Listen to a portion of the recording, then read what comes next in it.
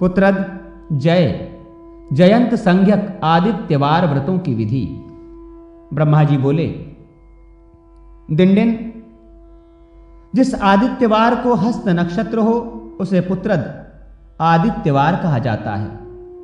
उस दिन उपवास करना चाहिए और श्राद्ध करके मध्यम पिंड का प्राशन करना चाहिए। धूप, माल्य, दिव्य गंध आदि नाना प्रकार के उपचारों से सूर्य नारायण का पूजन कर महाश्वेता मंत्र को जपते हुए साधक को सूर्य नारायण के समक्ष ही शयन करना चाहिए। प्रातः काल में ही उठकर स्नान आदि से निवृत्त हो सूर्य भगवान को अर्घ्य देना चाहिए।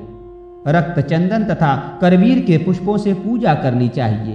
तत्पश्चात 5 ब्राह्मणों को बुलाकर उनमें से 2 ब्राह्मणों को मग संज्ञक तथा 3 ब्राह्मणों को भीम संज्ञक मानकर विधि पूर्वक पार्षण श्राद्ध करना चाहिए। श्राद्ध के समाप्त होने पर मध्यम पिंड को भगवान सूर्य के सामने रखकर निम्नलिखित मंत्र से भक्षण करना चाहिए।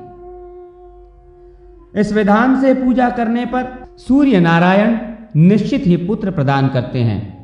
इस प्रकार उपवास पूर्वक व्रत को करने से धन धान्य, सुवर्ण, सुख, आरोग्य तथा सूर्यलोक भी प्राप्त होता है, किंतु विशेष रूप से पुत्र प्राप्ति ही फल है। इसी से इस वार को पुत्रद कहते हैं। ब्रह्मा जी ने कहा, दिंडिन, दक्षिणायन के दिन जो वार हो वो जयवार कहा जाता है। इस दिन किया गया उपवास, नक्तव्रत, स्नान, दान तथा जप भगवान सूर्य में 100 गुनी प्रीति बढ़ाने वाला होता है। अतः सूर्य में 100 गुनी प्रीति बढ़ाने वाले इस नक्तव्रत आदि को अवश्य करना चाहिए।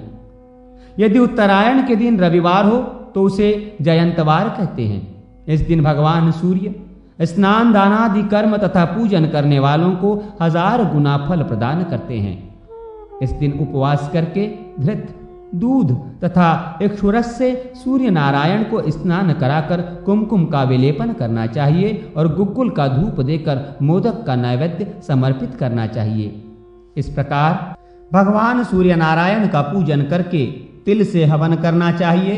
तदनंतर यथाशक्ति ब्राह्मणों को मोदक, तिल तथा शशकुली पूरी का भोजन कराना चाहिए।